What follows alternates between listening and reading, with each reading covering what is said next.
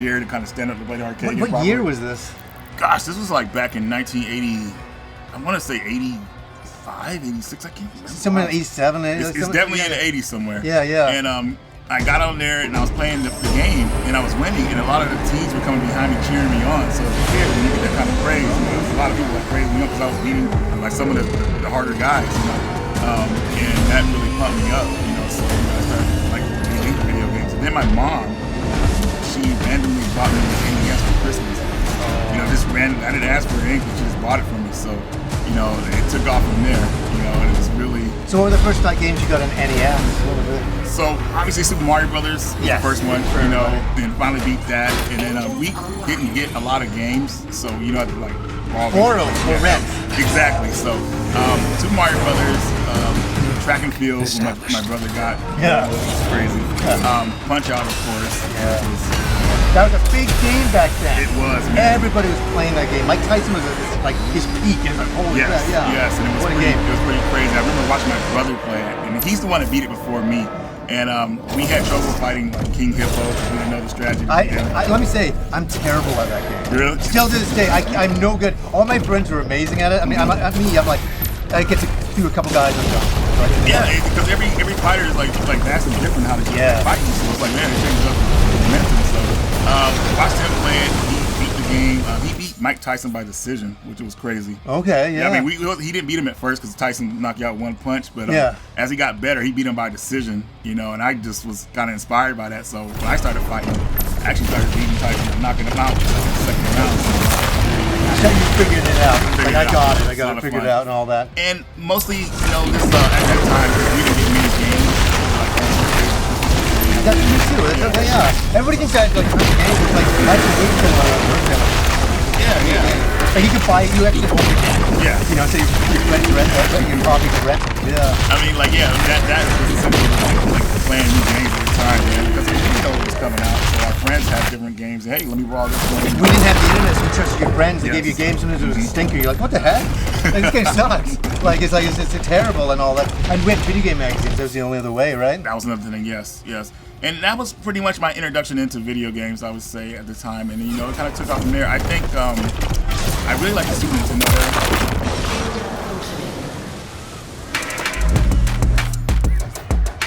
Grind, hard, push, pull, chin up. The king is back! Titan broke through. The energy relay is We were there in Paris. Exclusive events and incredible restaurants. Nights at the Sapphire Lounge on the set. Experience the world as an insider. From exclusive lounges to immersive dining experiences, all to Chase Sapphire Reserve. Different era for me too. But I did fall off from that era of games. Like when I got to high school, I said, no, I'm not going to play games anymore. I was like done. Why was that? I don't know, just going to different things, going into high school and stuff like that. So you were enjoying it? I 100% think that's what it was. And what got me back into was the PlayStation. The PlayStation was serious. When I saw Resident Evil at the time, and that FMV cinematic and mixed with gameplay, I thought it was B-movie is really kind of the voice acting we were talking about last night. Yeah. And that just really intrigued me. I said, wow, dude. So I had to get that game. So when I got my PlayStation, I had to save up for it. So I was like saving up my lunch money. I started walking to school, not buying lunch. That's how I just started. I'm with you on that back in the day. I woke up earlier, walk to school. Because I had to catch the bus to school. I'll walk way up early to say that. Because I kept thinking about the PlayStation. How long did it take you to save up the PlayStation then? It was actually a bit easier. My mom said she would pay half of it. So that was cool. Yeah. So what I did was I saved up. I got 2 games for it before I got it because I knew the games and the system didn't come with games. That's when they started. Stopped coming with games. So I bought Mega Man X4 and I had Resident Evil Director's Cut. I was playing that demo of Resident Evil 2 so bad. And it took me around maybe 2 months to get everything set up. I got it all. It was heaven back then. It was. The PlayStation 1 era. Can't stress it enough. The games there were unbelievable. It was really the start of everything. Super Nintendo and the NES were a really great base and all that, but PlayStation was like off to the races, and we were going to go into big RPGs and all of that.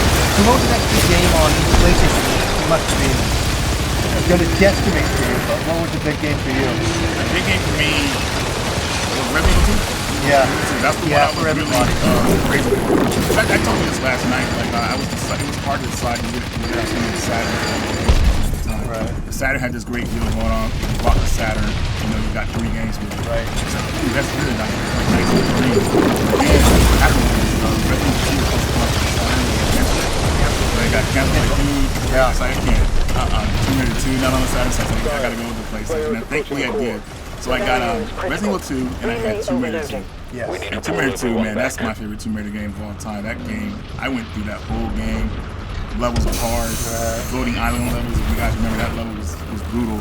Yeah, I only ever played the first game there and some of the later games and all of that. I used to get frustrated by the game so much. I was like, oh my god. Well, sometimes you just can't see where you need to go exactly. properly. And then, around Tomb Raider 3, man, stuff started to really blend in with each other. The graphics, Where am I looking at? Can I jump to that ledge? Is that a ledge? What am I looking at? I know.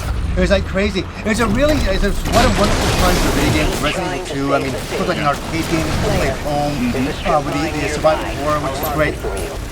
Then, what was the biggest game on the PlayStation for you? Like the big one, you're like, oh my! I know you just said Resident Evil 2. What was the next big thing? I think. Oh man, it's a tough one, but I think the game on that side. I know a lot of people give me heck for this, but Final Fantasy 7 is next one. He said this to me last night, and I kind of applauded it because it was such a unique take on it. Everybody says Final Fantasy 7, including myself, but I love Final Fantasy 8, and there's a lot of people out there who talk about don't like Final Fantasy 8, and you went in there and you're like, what? Not right, I don't know the answer. What was it about Final Fantasy 8 that you got? Well, the graphics being high school things, like a high school thing, that's like kind of relate to the character. It's really, I mean, the next step for like video games. Yeah, because if you go to Final Fantasy 7, the character models in that game, they were from the N64 version of it, which got canceled, of course. So I felt like they used those same sprites and made them a little bit, and I felt like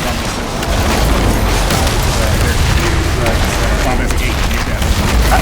And I remember reading these songs running around the screen. I was like, whoa, I've never seen a party look like that. Yeah, it was insane, right? It was kind of, they were finally realistic and all of that. They weren't like cartoony sprites, they were like polygons. And it was like kind of really cool. Like the music in that game, I know the draw match and all that. Yeah, it was a lot of people off.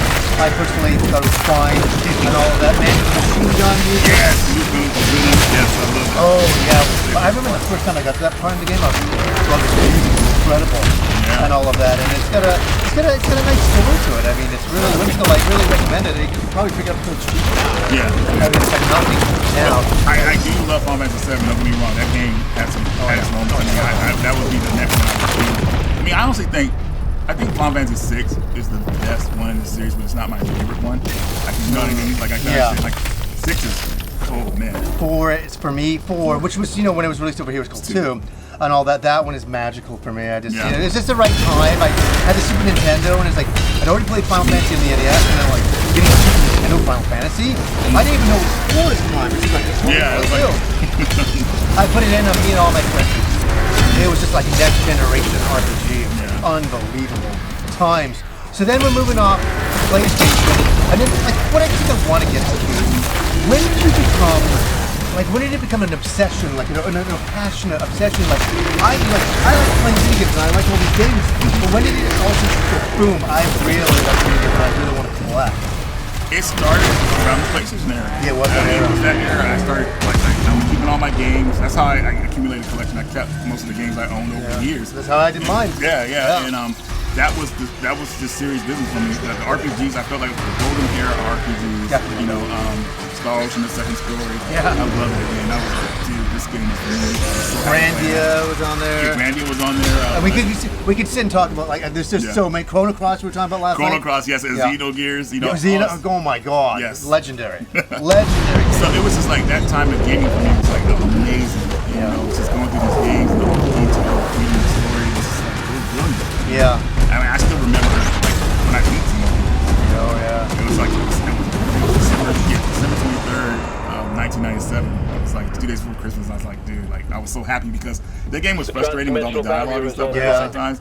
And when I beat that game, I was like, yes. Especially the second disc we were talking about, but I mean, going up against the wave existence in the end was like Yeah. that music, and you're going, Return to the oh my Sentinel god, you go Barracks. through with your max, it just was so ridiculous. That game, we were talking about it all last night. Like, Yeah. we can't say enough. I would like to say that to the audience is that if you haven't played Xenogears, please track it down on whatever system you can pick it up on. And I think you can get it fairly cheap now.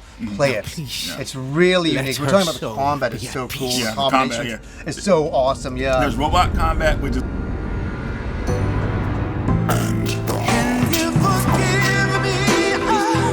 Use the #1 trusted bag to help keep the food